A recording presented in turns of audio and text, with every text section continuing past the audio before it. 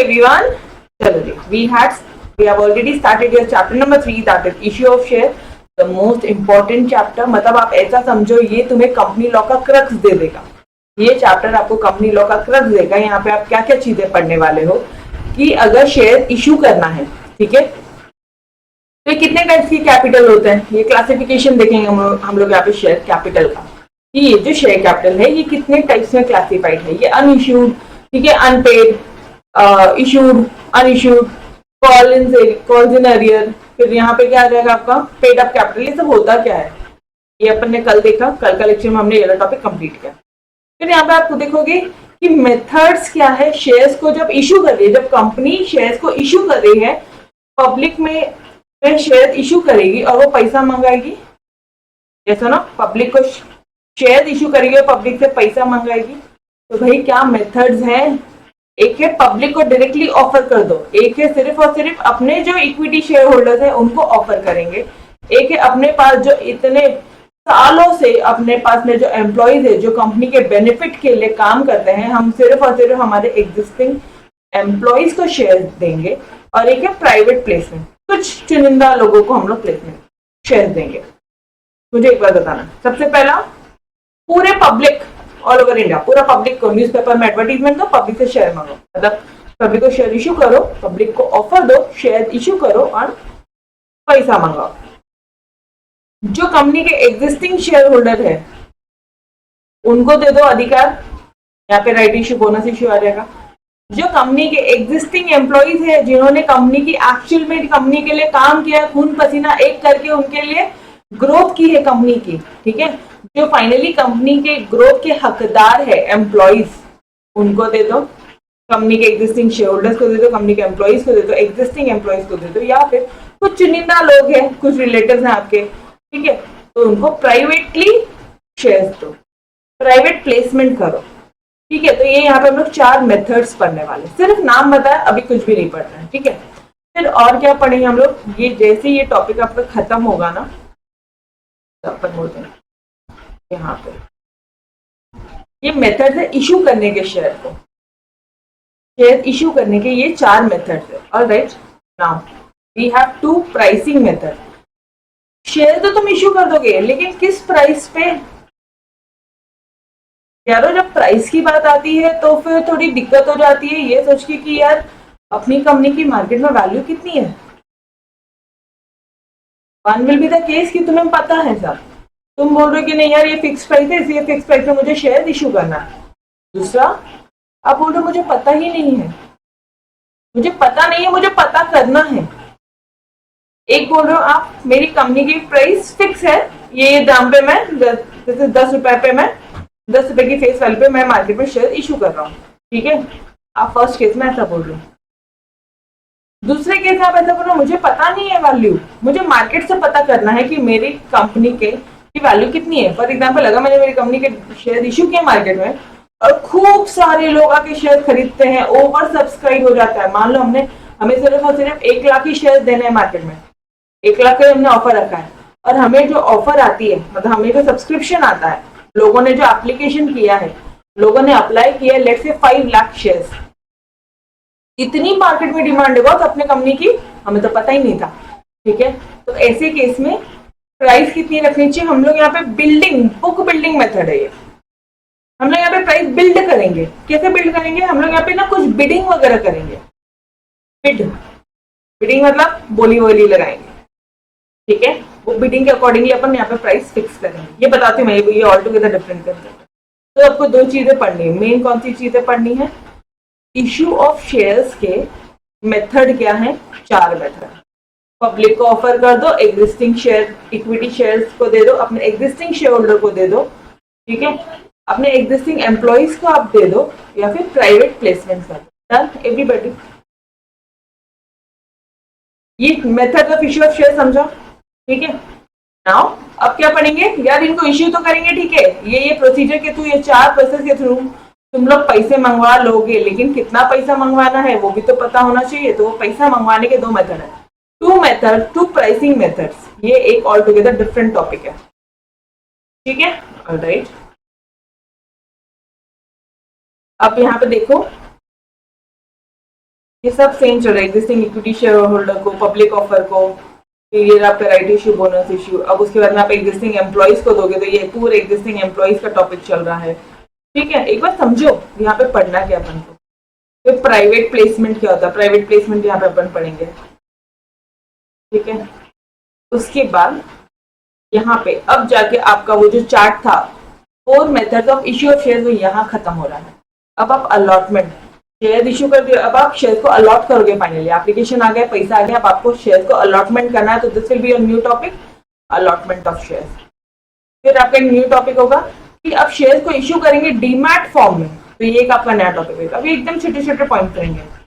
फिर क्या statutory provisions है अगर हमें शेयर्स को अलॉट करना है गाइस। तो स्टैट्यूटरी प्रोविजन मतलब, स्टैच्यू मतलब एक्ट, स्टैच्यू मतलब एक्ट। एक्ट कौन सा एक्ट? कंपनीज एक्ट 2013 ने क्या प्रोविजन दिए हैं कि अगर आपको शेयर्स को अलॉटमेंट करना है, एप्लीकेशन दे दिया, एप्लीकेशन आ गया, पैसे आ गए, अब फाइनली आप शेयर अलॉटमेंट कर रहे हो, शेयर को अलॉट कर रहे हो बंदों को। ठीक है, मतलब मैडम, मतलब फॉर एग्जांपल जैसे अभी मैंने आपको एग्जांपल बोला कि हम जो अपनी कंपनी है वो सिर्फ 1 लाख ही शेयर इशू करना चाहती है, 1 लाख ही शेयर है अपने पास में, और आपको एप्लीकेशन आ गई है 5 लाख शेयर की। तो यार ये इतने लोगों को आप 1 लाख में से, अपने पास सिर्फ 1 लाख है, एप्लीकेशन इतने लोगों की आई है, आप चुनिंदा लोगों को ही दोगे, सबको तो नहीं दे सकते हम लोग, ऑब्वियसली कुछ ही लोगों को देंगे। तो क्या प्रोसीजर है, क्या स्टैट्यूटरी प्रोविजन है, कंपनी क्या स्टैट्यूटरी प्रोविजन परफॉर्म करेगी अलॉटमेंट करने के टाइम, शेयर अलॉट करने के टाइम। ठीक है, हेडिंग समझा एवरीबॉडी। फिर आप यहाँ पे क्या पढ़ने वाले हो, देखो अभी तक क्या क्या पढ़ा वो देखो। कितने मेथड है शेयर इश्यू करने के, शेयर इश्यू कर लिया, ठीक है। प्राइस, किस प्राइस पे, प्राइस पता है तो फिक्स प्राइस मेथड, नहीं पता है तो बुक बिल्डिंग मेथड। यो यहाँ तक क्लियर है नाउ। प्राइस भी हो गई, शेयर इश्यू हो गया, अब अलॉटमेंट कर लो शेयर्स का। ठीक है, फिर आप डीमैट, अगर आप डीमैट फॉर्म में अगर आप शेयर वगैरह इश्यू करो तो वो देख लो। डीमैट फॉर्म मतलब ऑनलाइन अकाउंट, डीमैट अकाउंट के थ्रू। डीमटेरियलाइजेशन मतलब ऑनलाइन अकाउंट के थ्रू, जैसे अपना बैंक अकाउंट कैसा होता है, वहां पर अपना तुरंत कैश पेमेंट एक अकाउंट से दूसरे अकाउंट में पेमेंट कर सकता है। उसी तरह से डीमैट का, शेयर्स का एक डीमैट अकाउंट होता है, आप तुरंत इलेक्ट्रॉनिकली आप शेयर ट्रांसफर कर सकते हैं एक दूसरे। ठीक है, ओके, मतलब खरीदना, बेचना, परचेज, सेल, सारी चीजें ऑनलाइन होती है, उसे बोलते हैं डीमैट अकाउंट। ठीक है ना, फिर हम लोग ये पढ़ेंगे कि क्या स्टैट्यूटरी प्रोविजंस है अगर अलॉटमेंट करना है तो। ठीक है, मतलब कंपनी एक्ट 2013 ने क्या बोला है, क्या जनरल प्रिंसिपल्स है या क्या रूल्स है, जनरली क्या प्रिंसिपल्स है अलॉटमेंट करने के। कंपनी एक्ट ने क्या बोला है ये ऊपर है, ठीक है। जनरल प्रिंसिपल्स क्या है ये हम लोग यहाँ पे नीचे देखने वाले। फिर प्रोसीजर क्या रहेगी अलॉटमेंट ऑफ शेयर्स की। अब समझो कितना डिटेल टॉपिक है। पहले कंपनी एक्ट ने क्या बोला, जनरल प्रिंसिपल्स क्या है, और अब फाइनली कंपनी अब जाके अलॉटमेंट कर रही है तो वो क्या क्या प्रोसीजर रहेंगे, कंपनी क्या क्या प्रोसीजर फॉलो करेगी अलॉटमेंट ऑफ शेयर्स। ओके, जिससे मैडम क्या प्रोसीजर होता है, अरे यार ऑब्वियसली तुम ऐसी अपने मन से उठ के तो नहीं कर सकते, ऑब्वियसली को तुम एक अलॉटमेंट कमिटी बैठाओगे, चल यार अब अलॉटमेंट करना है, तुम बोर्ड मीटिंग लोगे। ठीक है, सिर्फ हेडिंग समझो, बोर्ड मीटिंग है, बोर्ड रिजोल्यूशन पास होगा, फिर उसके बाद तुम अलॉटमेंट का मनी कलेक्ट करोगे, उनको लेटर्स वगैरह दोगे। ठीक है, स्प्लिटिंग ये सब बाद में पढ़ेंगे अपन। फाइल, रिटर्न फाइल करोगे, अगर आपने अलॉटमेंट किया है, शेयर अलॉट कर दिए तो उससे रिलेटेड रिटर्न फाइल करोगे। किसको फाइल करते हैं, ऑब्वियसली आरओसी को। अरे तुम्हारे कंपनी के शेयर होल्डर्स कौन कौन है ये इनको भी तो पता चाहिए। ठीक है, फिर रजिस्टर ऑफ मेंबर, एक रजिस्टर रहेगा जिसमें आप जितने भी मेंबर्स है तुम्हारे जो फाइनली अपने कंपनी के शेयर होल्डर बन गए, उनका एक रजिस्टर मेंटेन करोगे, वहां पर उनका नाम लिखोगे और फाइनली उनको शेयर सर्टिफिकेट इश्यू कर दोगे। थोड़ा बहुत 1% भी समझा होगा तो मोर देन सफिशिएंट। 1% समझा क्या फ्लो है ये चैप्टर का, मतलब यहाँ पे सिर्फ और सिर्फ आप शेयर इश्यू करना, प्राइसिंग क्या रहेगी, अलॉटमेंट का प्रोसीजर पूरा पढ़ोगे, स्टैट्यूटरी प्रोविजन, जनरल प्रोविजन, उसके अंदर एक्चुअल प्रोसीजर कंपनी क्या फॉलो करने वाली, वो सारी चीज बोलो। मैं क्लियर 100%? ओके, अलॉटमेंट हो गया गाइस शेयर्स का, शेयर्स का अलॉटमेंट हो गया, यहाँ तक समझा। नाउ बोलो ना, आपके कमेंट्स नहीं आ रहे। Is there anyone having any doubts? Any doubt बेटा? पक्का? ठीक है। देखो अब शेयर अलॉट हो गया, अब नेक्स्ट पॉइंट क्या आ रहा है? शेयर सर्टिफिकेट इशू करना पड़ेगा। तो उससे के रिगार्डिंग अभी शेयर सर्टिफिकेट में क्या क्या कंटेंट्स आएंगे ये हम लोग यहाँ पे पढ़ने वाले हैं। ठीक है। टाइम, वो शेयर सर्टिफिकेट कितने समय में इशू करना, मैडम यार इसका भी टाइम रहता है। हाँ जी, फिर ऐसी थोड़ी ना कंपनी सेक्रेटरी बैठा है वो ये सारी चीजें उसको पता होती है। आप ये देखो कि कंपनी सेक्रेटरी को कितना डिटेल नॉलेज होता है हर एक चीजों का, हर एक माइन्यूट पॉइंट्स का। ठीक है। Now duplicate share certificate. Duplicate share certificate, अगर मान लो शेयर सर्टिफिकेट घूम गया, कोई बंदा आता है कि नहीं है मेरे पास घूम गया है, फिर आप डुप्लीकेट शेयर सर्टिफिकेट इशू करोगे। उसके लिए क्या प्रोसीजर है, क्या रिक्वायरमेंट है? शेयर सर्टिफिकेट इशू कर दिया, चलो अलॉटमेंट हो गया, शेयर सर्टिफिकेट इशू कर दिया, अब क्या करोगे? एप्लीकेशन का पैसा पहले आ गया था। दूसरा, अलॉटमेंट मनी कैसा होता है? मान लो शेयर की जो प्राइस है ना वो 10 रुपए है, 10 रुपीज फेस वैल्यू है, तो 2 रुपए कंपनी जो है इसमें से 2 रुपए एप्लीकेशन के टाइम पे मंगाती है। Application money, allotment money. Application money मतलब अपन को कितने शेयर इश्यू करने थे? 1 लाख शेयर हमें इश्यू करने थे। ठीक है, कंपनी को 1 लाख शेयर इश्यू करने थे, तो कितना रुपए चाहिए था कंपनी को? 1 लाख इंटू 2, 2 लाख रुपए आना चाहिए था। कंपनी के पास कितने रुपए आए हैं? 5 लाख शेयर आए हैं। 5 लाख शेयर हैं, तो 5 लाख शेयर इंटू 2 रुपीज मतलब कंपनी को 10 लाख रुपए आ गए हैं। इस एक पॉइंट पे बता रही हूँ मैं, इस एक पॉइंट पे बता रही हूँ। तो यार हमें तो सिर्फ 2 लाख रुपए चाहिए थे, इधर 10 लाख है। हमें तो सिर्फ 1 लाख शेयर चाहिए देने थे, इधर 5 लाख शेयर। मतलब यार अपनी कंपनी की डिमांड अच्छी खासी है। ओके, तो हम हमारी कंपनी के शेयर प्रीमियम में इश्यू कर सकते हैं अगर डिमांड बहुत अच्छी है तो। अरे इतने लोग मांग रहे हैं, शेयर कम है, क्यों नहीं 10 रुपए के बदले में कंपनी 20 रुपए में शेयर बेचे अपने। या फिर कंपनी लेट से 10 रुपए के जो शेयर हैं आपकी कंपनी के, कंपनी इसमें 5 रुपए एक्स्ट्रा चार्ज करके दे कि बोले कि भाई ये प्रीमियम का पैसा है, तो भी लोग लेंगे क्या? ऑब्वियसली लेंगे। 5 लाख है। Getting the concept? प्रीमियम क्या होता है समझ में आ रहा है? जब ओवर सब्सक्रिप्शन है, सब्सक्रिप्शन मतलब जितने लोगों ने आपकी कंपनी के शेयर खरीदे हैं, जब ओवर सब्सक्राइब है, ज्यादा लोगों ने खरीदने की मांग करी है, तब कंपनी ऐसे टाइम पे कंपनी अपने शेयर प्रीमियम में इश्यू करती है। डन एवरीबडी, ये प्रीमियम का कंसेप्ट क्लियर हुआ? प्रीमियम मतलब क्या? ज्यादा दाम में। ठीक है, 10 रुपए का 15 रुपए का, ये कंसेप्ट क्लियर है? ये रेडी वन बोलो, यहां तक क्लियर है?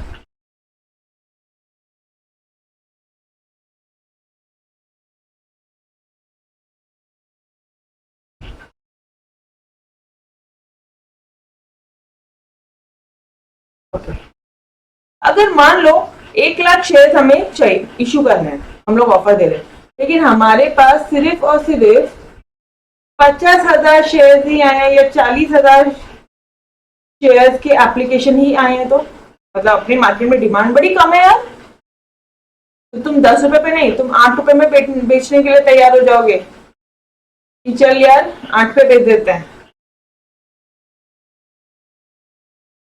तो ये क्या हो गया? डिस्काउंट। कितना रुपए का डिस्काउंट है? 2 रुपए का डिस्काउंट। ये कंसेप्ट क्लियर है? डिस्काउंट का कंसेप्ट क्लियर है? कम दाम में बेच रहे हो तो -10 -8 this will be your 2 rupees. 2 rupees discount है, ये पैसा कंपनी अपने खुद के जेब से भर रही है। आप ऐसा समझो, ठीक है? राइट, ये कंसेप्ट भी क्लियर है तो अपन पढ़ते हैं। अच्छा, पहले वाला जो प्रीमियम वाला जो केस था डियर, वो 1 लाख शेयर से और यहाँ पे 5 लाख शेयर के एप्लीकेशन आए, तो ये ओवर सब्सक्रिप्शन वाला केस था। और 1 लाख चाहिए थे, तो अगर हमें 80,000 शेयर आए तो ये अंडर सब्सक्रिप्शन वाला केस है। या 40,000 शेयर की एप्लीकेशन है तो ये अंडर सब्सक्रिप्शन वाला केस है। Done everybody? ओवर सब्सक्रिप्शन क्या होता है, अंडर सब्सक्रिप्शन क्या होता है, ये समझा? बिकॉज ये हर एक जगह आपको ना बेसिक में यूज होने वाला है, अगर ये नहीं समझेगा तो दिक्कत हो जाएगी। डन, ठीक है। अब देखो, अब बात क्या आ रही है, 10 रुपए था, 2 रुपए एप्लीकेशन के टाइम पे आ जाएगा। सीक्वेंस क्या होता है, अगर रिलायंस कंपनी अपने 1 लाख शेयर इशू कर रही है मार्केट में, तो हम लोग एप्लीकेशन देंगे, ठीक है। इधर केतकी है, केतकी एप्लीकेशन देगी उनको, प्लस एप्लीकेशन का पैसा भी देगी, प्लस क्या देगी, एप्लीकेशन मनी भी दे देगी। ये लो पैसा, आप हमें शेयर दे दो। मैडम अगर मान लो रिलायंस कंपनी ने नहीं दिए शेयर, तो ये पैसा जो हमने दिया है उसका क्या होगा, वो आपको रिफंड कर देंगे, चिंता मत कर, कंपनी रिफंड कर देती है, ठीक है। तो ये पैसा कहीं डूबता नहीं है आपका। एप्लीकेशन लेटर के साथ एप्लीकेशन मनी 2 रुपए दे देते हो, ठीक है, ये 2 रुपए आ गए। अब कंपनी ये सोच रही है कि यार इधर 1 लाख है, इधर 5 लाख है, किन किन को शेयर अलॉट करें। तो जब कंपनी शेयर अलॉट कर देती है, तो कंपनी आपसे अलॉटमेंट मनी मांगती है, लेट से 3 रुपीज कंपनी आपको अलॉटमेंट मनी मांगेगी, और यहाँ पे शेयर सर्टिफिकेट इश्यू कर देगी, एससी यहाँ पे इश्यू कर देगी। Is this concept clear? हाँ। अब क्या बचा, अब फर्दर कॉल बचेगा, फर्स्ट कॉल का लेट से 2 रुपए, फाइनल कॉल का मनी लेट से 2 रुपए, कितना हुआ, ठीक है, 10 रुपए हो गए। तो अब यहाँ पे क्या हो जाएगा, अलॉटमेंट के बाद का नेक्स्ट कंसेप्ट क्या होगा आपके नोट्स में, कॉल मनी होना चाहिए। देखो शेयर सर्टिफिकेट घूम गया तो क्या, तो डुप्लीकेट शेयर सर्टिफिकेट दे देंगे। तो अब कौन सा कंसेप्ट आपके नोट्स में होना चाहिए, कॉल होना चाहिए, कॉल ऑन शेयर। अब कंपनी फर्दर पैसा कॉल कर रही है, गेटिंग द कंसेप्ट, क्या फ्लो है आपके इस चैप्टर का। अब कंपनी फर्दर पैसा कॉल कर रही है, first call, second call, madam नहीं देने का, नहीं दिया, नहीं दोगे तो क्या हो जाएगा, कॉल इन अरियर कहलाएगा वो तुम्हारा, और ये हम लोग कंपनी वो शेयर को जाके फॉरफिट कर सकती है, आपके शेयर जब्त कर लेगी। फिर क्या होगा, जितना पैसा था, तुम मेंबरशिप, अब तुम मेंबर नहीं हो, केतकी ने पैसा नहीं दिया, अब कंपनी मेंबर नहीं है, क्योंकि कंपनी ने तुम्हारे जो शेयर है वो फॉरफिट कर लिए, जब्त कर लिया। तुम्हारा जो 2 रुपए देने का जो लाइबिलिटी था वो भी अब नहीं रहा, ना तुमको पैसा देना है, ना तुम्हारे हकदार है, तुम रजिस्टर ऑफ मेंबर को तुम्हारा नाम डिलीट कर दिया गया, ठीक है। ओके, अभी ये वाला पॉइंट बात नहीं करेंगे ना।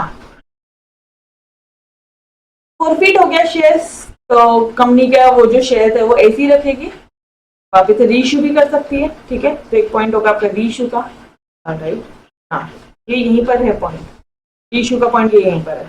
Reissue of forfeited shares is not the same as allotment, वो अलॉटमेंट की तरह सेम नहीं है, वो न्यू इश्यूज नहीं है, वो ओल्ड इश्यू, इसलिए हम लोग बोलते हैं री इश्यू, ठीक है। अब सरेंडर कर दिया शेयर्स को, मान लो अभी केतकी बोल रही है कि मुझे कंपनी के शेयर नहीं चाहिए, मुझे कंपनी से पैसा, मेरा जो शेयर का पैसा वो दे दो, आप ये शेयर रख लो, surrender of shares, done.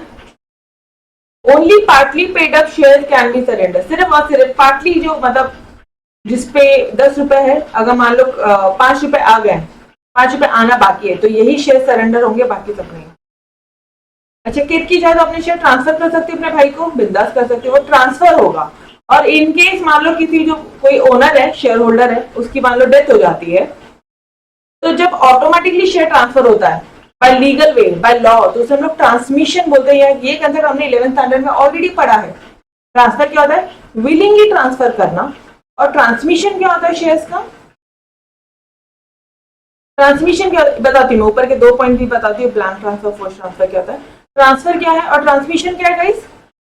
Due to operation of law, अगर तुम्हारे जो कंपनी के शेयर है वो ऑटोमेटिकली ट्रांसफर हो जाते हैं, मतलब फॉर एग्जांपल कोई जो शेयर होल्डर है वो पागल हो गया, इंसेन हो गया, या कोई डेथ हो गई, ठीक है, या फिर कोई जो शेयर होल्डर है वो इंसॉल्वेंट हो गया, उसका दिवाला निकल गया, पैसे नहीं है, तो ऑटोमेटिकली शेयर ट्रांसमिशन हो जाएंगे, ठीक है। बस बाकी यहाँ पे मैंने आपके सारे ईयर्स लिखे हैं। तो अब मुझे एक बात बताओ, आपको एटलीस्ट इस चैप्टर का एक ओवरव्यू है, ये सबसे ज्यादा टेक्निकल चैप्टर है, आपको समझ में नहीं आता कि कब क्या कैसे पढ़ना है, बस नेक्स्ट टॉपिक आ रहा है पढ़ाया जा रहा है, नेक्स्ट टॉपिक आ रहा है पढ़ाया जा रहा है, ऐसा नहीं, सारी चीजें फ्लो में दी है, ठीक है। यस एवरीबॉडी, सारी चीजें फ्लो में दी है यारो, ऐसा कुछ भी नहीं है जो आपको एक नोट मतलब इस चैप्टर में फ्लो में नहीं है।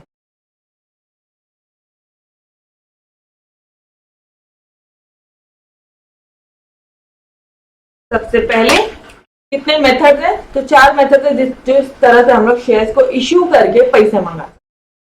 एक है पब्लिक को इश्यू कर दिया, पब्लिक ऑफर दे दिया, ठीक है। एक है अपने एग्जिस्टिंग शेयर होल्डर को दे दिया, या तीसरा है एग्जिस्टिंग एम्प्लॉइज को दे दिया, या फिर कुछ चुनिंदा लोगों को, कुछ अपने चाहने वालों को दे दिया, प्राइवेट प्लेसमेंट। राइट, उसके बाद इश्यू तो करोगे लेकिन किस प्राइस पे, तो प्राइसिंग के 2 मेथड्स है, एक है फिक्स प्राइस मेथड, एक है बुक बिल्डिंग मेथड। नाम तो एटलीस्ट ध्यान रखो, नाम एटलीस्ट ध्यान रखो, ठीक है। ऑलराइट, यहाँ तक हो गया। उसके बाद में फिर क्या पढ़ने वाले हम लोग यहाँ पे, स्टैट्यूटरी प्रोविजंस क्या है अलॉटमेंट की, जनरल प्रोविजंस क्या है, क्या फाइनल प्रोसीजर है जो कंपनी, क्या प्रोसीजर फॉलो करके कंपनी शेयर को अलॉट करेगी। ऑब्वियसली ये जो प्रोसीजर है ये स्टैट्यूटरी और जनरल प्रोविजन से मिलता जुलता ही होगा, क्योंकि हम जो कंपनी जो प्रोसीजर फॉलो करके शेयर अलॉट करेगी वो ऑब्वियसली कंपनी एक्ट 2013 और जनरल प्रोविजन से मिलता जुलता ही होगा। क्या ये 2 पॉइंट अब क्लियर हो रहा है?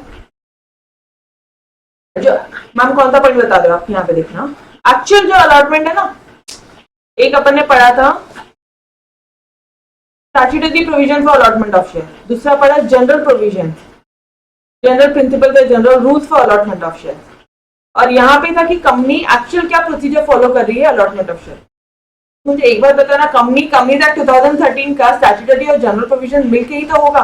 तो ये जो पॉइंट है ना, ये कॉमन पॉइंट्स रहेंगे, ऊपर के तो समझ गए तो ये फटाफट हो जाए, ठीक है। ओके, अलॉटमेंट कर दिया, शेयर सर्टिफिकेट इशू करोगे, यस। शेयर सर्टिफिकेट कैंसिल हो गया तो डुप्लीकेट शेयर सर्टिफिकेट का एक पॉइंट आ जाएगा आपका, ओके।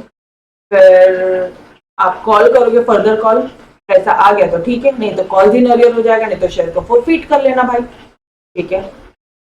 उसके बाद में जो अनपेड क्या बोलते हैं, जो पार्टली पेड अप शेयर होते हैं उसको सरेंडर भी कर सकते हो आप, ट्रांसफर भी कर सकते हो, ट्रांसमिशन कर सकते हो। ट्रांसमिशन तो ऑटोमेटिकली हो जाता है, ट्रांसफर बिलिंगली होता है, transmission automatically bye operation of law होता है। इंसानिटी, ठीक है, इनसेन हो गया, अनसाउंड माइंड है कोई बंदा, या फिर आप बोल दो क्या बोलोगे आप कि वो इंसॉल्वेंट हो गया है, यस। या फिर आप बोल दो यार कि वो जो बंदा है उसकी डेथ हो गई है, ठीक है। तो ऐसे केसेस में अपन क्या कर सकते हैं, ये हो जाएगा आपका, इसको आप इजीली ट्रांसमिशन कर सकोगे, ठीक है। ट्रांसमिशन करने के बाद में और क्या ऑप्शन है, और क्या क्या अपन को पढ़ना है इस चैप्टर में, और क्या पढ़ना है, जो ट्रांसमिशन हो गया, बाद में आपको फोर्स ट्रांसफर क्या है, ब्लैंक ट्रांसफर क्या है, ये सब देखोगे। But that's it, done everybody, yes. ये एटलीस्ट ये चैप्टर का एटलीस्ट पढ़ना क्या है ये समझ में आए, एकदम स्मूथली जाएगा ये चैप्टर अगर आपको समझ में। अच्छा मैम, इस चैप्टर में सबसे मोस्ट इंपॉर्टेंट पार्ट क्या है और कहाँ से क्वेश्चन ज्यादा आते हैं, वो आते हैं आपके शुरू के जो पॉइंट्स है ना, ये 4 methods of issue of share की मोस्ट इंपॉर्टेंट पॉइंट, अगर ये अच्छे से समझ गया तो आगे के कंसेप्ट अपने ऐसे हैं, और अपन मेन अटेंशन मेन फोकस इसी को देंगे। कोशिश यही करेंगे कि आपका मेरी क्लासेस के साथ साथ आपको ये जो टेबल है, मतलब ये टेबल के पूरे अंदर के कंटेंट्स लर्न होने चाहिए मेरे साथ साथ। जब पढ़ाया तब 2 बार लिख के लर्न करोगे तो होगा, अदरवाइज नहीं होगा, ठीक है। अदरवाइज आगे बहुत ज्यादा हेवी लोड लगे, इसलिए मैं आपको लेक्चर नहीं उसी तरह से करवा रही हूँ यार, डोंट वरी। इधर मेथड है, फिर प्राइसिंग पढ़ना है, फिर अलॉटमेंट है, फिर स्टैट्यूटरी है, फिर जनरल प्रोविजन है, फिर एक्चुअल प्रोसीजर क्या है अलॉटमेंट की।